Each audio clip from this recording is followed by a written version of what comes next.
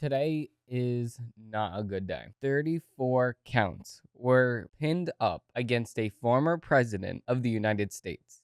This is a Pandora's box that will not be able to close. I'm going to say that again. This Pandora's box that the left just opened will not be able to be closed. This is an unprecedented time in American history in which we saw throughout all of America's founding, throughout all of America's history, throughout all of the livelihood of America, we have never saw a former president, a current president, or the chief political rival for the president of the United States ever be charged on any case, because that's mishandling of election integrity. Now, the left says that this election is the last election, so I will not be saying that. I do not believe that this is the last election, but I do believe Trump is only being prosecuted because his name is Donald J. Trump. Yesterday, Trump was indicted in 34 counts, and all of those 34 counts are a sham, a scam,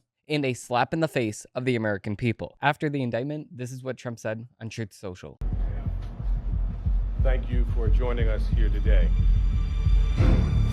Earlier this afternoon, Donald Trump was arraigned by a Manhattan grand jury on 34 felony counts. This case is an abomination. It's obviously political. 7 years to try to come up with this case. They're just wrong on the law. The only crime that Donald Trump is being prosecuted for is the crime of running for president. Political persecution at the highest level. They've quite frankly given up on trying to beat him at the polls. Either going to steal it or stop it by law firm. A Democrat prosecutor elected on a Get Trump platform. What's going on here is a disgusting disgrace. It is war on Trump, it is war on the Republican Party, and it is a war on the Republic. This case is the weakest case I've seen in 60 years of teaching, practicing, and writing about criminal law. I doubt the New York indictment would have been brought against a defendant whose name was not Donald Trump. This judge, you don't need a prosecutor if you have a judge like this. This judge is not on the level. It's a terrible case, but the judge has been pretty much a rubber stamp on everything that Bragg has wanted to do. They're perverting the system of justice. That's where the danger lies. The corruption and subversion of our institutions by the left. This is the Democrats' entire strategy, to confine President Trump to a dirty criminal courtroom and keep him off the campaign trail where he can bring his winning message to voters across this country. This is what the jury found. The decision is in culmination of a weeks-long courtroom battle in which Trump claimed that he was the target of a political prosecution, which he is, as he runs another campaign for a second term in the White House. The former president was guilty on all 34 counts brought in the trial.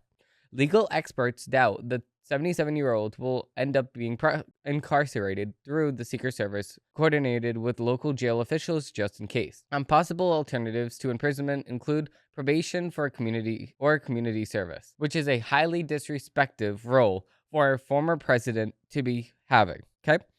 Sentencing has been scheduled for July 11th, just days before the Republican National Convention is set to be held in Milwaukee. Trump, who is a presumptive GOP nominee, can still run for presidency if he ends up behind bars, of course, because of the fact that there's no such thing to say that a president cannot run.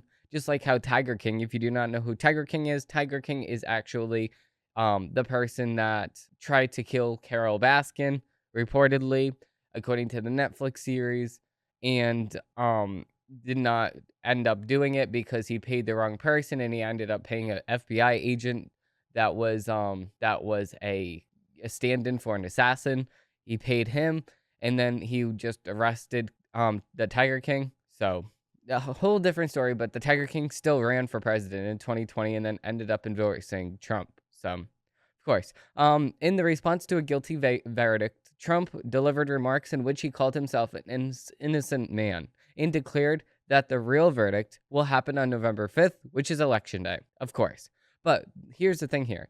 This is a federal crime in which they want to indict Trump on. Federal crimes. But they want to actually prosecute it in the statewide courts instead of the Supreme Court because of the fact that Trump cannot get out of the state penalties. State courts are immune to presidential pardons.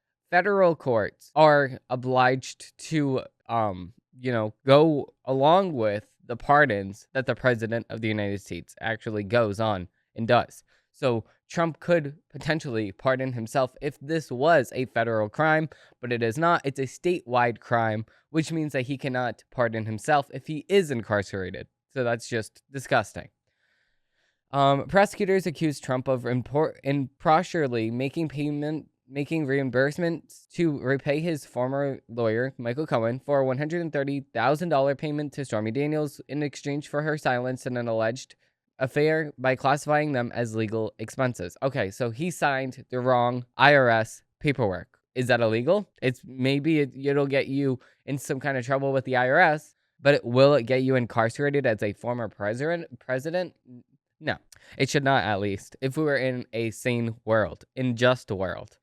Trump has denied the affair with Stormy Daniels, of course. The trial began last month and featured nearly 24 witnesses, including Michael Cohen and Stormy Daniels. Cohen pleaded guilty in 2018 to multiple crimes, including lying to Congress, and served prison time.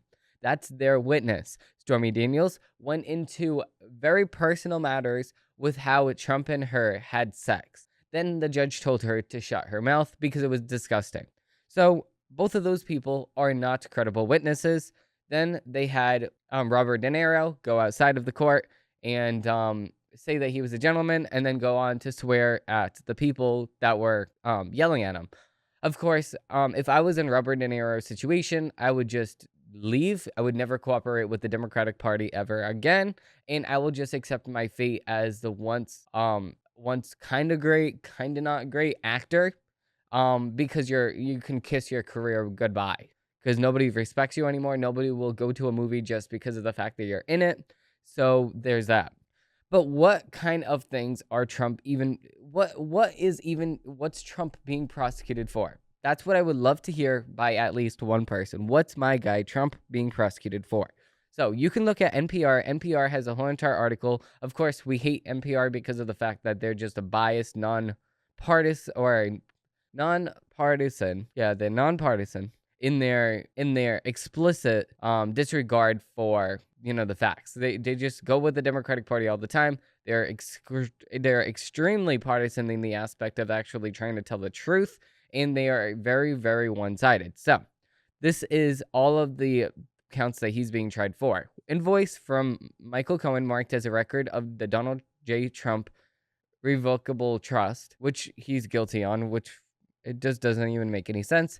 Entry in the detailed general ledger for the Donald J. Trump revocable trust, bearing volunteer number 842457. The same exact thing. Again, all of these are just rewordings for the same exact thing.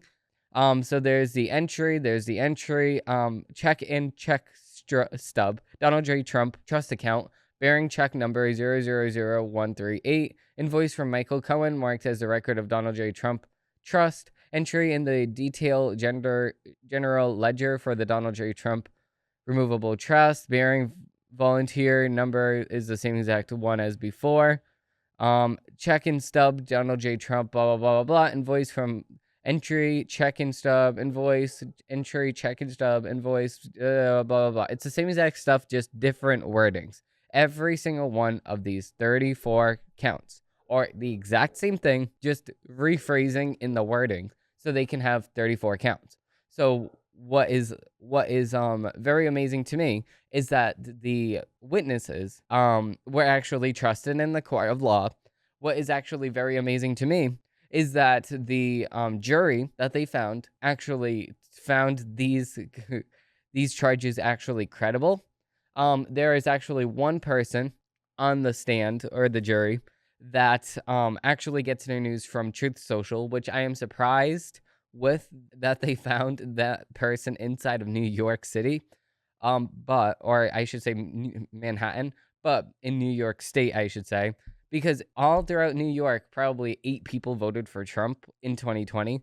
So I'm very surprised that it actually went on this far.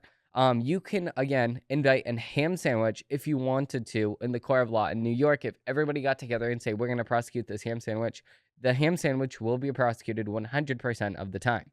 That's the sad part, because of the fact that there's no impartiality in the court system at all. If the Democrats say, listen, you will get fame, you will get money, you will get this, you can get that, if you go along with what we're saying, if you go along with exactly what we're actually doing here, then it's not impartial anymore. So we do have this other article from Politico, right? Will the Trump guilty verdict hurt him politically? So let's find out. Donald Trump's pollsters argued that he could weather a guilty verdict, that a conviction is a case prosecuted by a Democrat in a deep blue state was already priced into his political brand with the American people. They're about to find out whether they're right. For weeks, even as the trial and its tawdry details unfolded, public polling barely budged in the presidential race, but a conviction throws Trump into an entirely uncharted territory. Okay, but now people are just saying, well, you're supporting a convicted felon. You're supporting a convicted felon, blah, blah, blah, blah. Okay, and the convicted felon is a prime example of what the deep state will do if you run against them. This is exactly what Russia does. And this is exactly what I was telling to some of the people in my family that is a Democrat-leaning person, right? If you agree with this court case, then you agree with what Putin does to his political rivals, 100%. Because this is exactly what Putin would do to his political rival. Just because it's not a killing does not mean that it's not a political prosecution on the highest degree. It is a prime example of what not to do if you want a democratic republic and you want the people to trust exactly what you're saying. You will not do this. You doing this will only hurt your public trust, hurt your public acceptance, and hurt your overall likelihood of you actually winning in November. This will actually, in my opinion, certify Trump's 2024 bid for the president of the United States, and that's a good thing. We need Trump back in the office now more than ever because of the fact that we have the whole entire world collapsing around us. We had the Abraham Accords while Trump was president. We had Saudi Arabia, Israel, and one other country going to sign into a deal that they were all going to band together and be united. That's great. The Middle East has never had that before. That's exactly why when we say Hamas would have never attacked Israel if Trump was still in the White House, that's 100% true. The Abraham Accords would have went through. You can see that how Trump was with Russia. Russia would never attack Ukraine at all. This would never happen. If it would be like a small little invasion, then Trump will just call Putin and say, no, you're not doing this. You're not doing this whatsoever. And then Putin would be like, okay, well, we're just going to wait 4 years. That's what he would say. So, of course, at this point, if things went a different way in 2020, which I really wish that it would have been, obviously, things would be different. Things would be a lot different. And, of course, there would be still a prosecution after the fact of Trump leaving the White House. And that's the sad reality. The Democrats have nonstop complained about the fact that Trump wanted to prosecute Hillary Clinton in 2016, with him constantly saying, lock her up, lock her up, lock her up. And then, of course, he doesn't lock her up because of the fact that there was a unsaid rule to not prosecute your political rivals and your political opposition while you're president of the United States. And, of course, at the same exact time here, if he was to do that, they would say, oh, well, he's going above and beyond. He's prosecuting his political rivals. He's a tyrant. He's a dictator, blah, blah, blah. But they're not going to say that against Joe Biden. They're never going to say that against Joe Biden because they agree with what Joe Biden is doing. So you are a dictator and a tyrant if you go against what the Democrats want you to do. But you are a savior. You are the saving grace if you do exactly what the Democratic Party says to do. That's not how this works. So, of course, Joe Biden could not keep his mouth shut, and he ended up running an ad saying that there's only one way to keep Trump out of the Oval Office, at the ballot box. Donate to our campaign today. This was exactly after Trump was indicted on the 34 counts. So, what do you think that he means when he says that there's only one way to keep Trump out of the ballot box? What do you think he means by that? He obviously means that there's only one way to get Trump off of the ballot box, and that's not winning fair and square. That's going to actually be indicting him and arresting him. That's the way that that Joe Biden actually wants to stop Donald Trump from running in 2024. He wanted to stop him in 2020. He couldn't stop him in 2020. So then he decided to go on, try to prosecute him with his DOJ in 2024. Then what they tried to do is they tried to spy on his campaign in 2016 and also in 2017, and then get lawyers that used to work for Trump that aren't even knowledgeable in the subject because they were tried and they were actually prosecuted for their inefficient ability to lawyer. So these are the exact people that the Democrats look up to. The once looked up upon, I guess, people that are now disgraced. Those are the people that are part of the Democratic Party. But the people that are part of the Republican Party are people like me and you that care about our country, that care about the state of the union, and care about the actual state of things. And we don't want to see a banana republic take hold. I'm sorry, not a banana republic, a Republican banana republic, a democratically banana republic. That's what we in America have just turned into. And it's purely disgusting to see the downfall of America, a once great country that the whole entire world looked up to, in the fact of our elections, our integrity, our court system, everything about our country, the world looked up to. And no longer is that the case. And it's sad, and it's despicable, and it's disgusting what the slippery, slimy Democrats have now done to our country. They should be ashamed that they created such a toxic place in our country. And they should be ashamed that they are now prosecuting a political rival for the president of the United States. They have now entered the territory of Putin in Russia. It's disgusting. And, I think that's actually an insult to Putin, not more of an insult to Joe Biden. So, with that being said, that's going to do it for this episode. If you do want to see more episodes and you do like my takes on things, please like and subscribe down below because I cannot talk about anything else but this today. With that being said, I hope everybody has a great day, and I am excited to see this debate against Joe Biden and Donald Trump. And reportedly, there is also going to be a debate on X between Trump and RFK Jr. So that's going to be very fun to watch. So with that being said, thank you all for watching. Thank you all for listening. And I will keep you guys updated if there's anything else that happens in the future. Bye.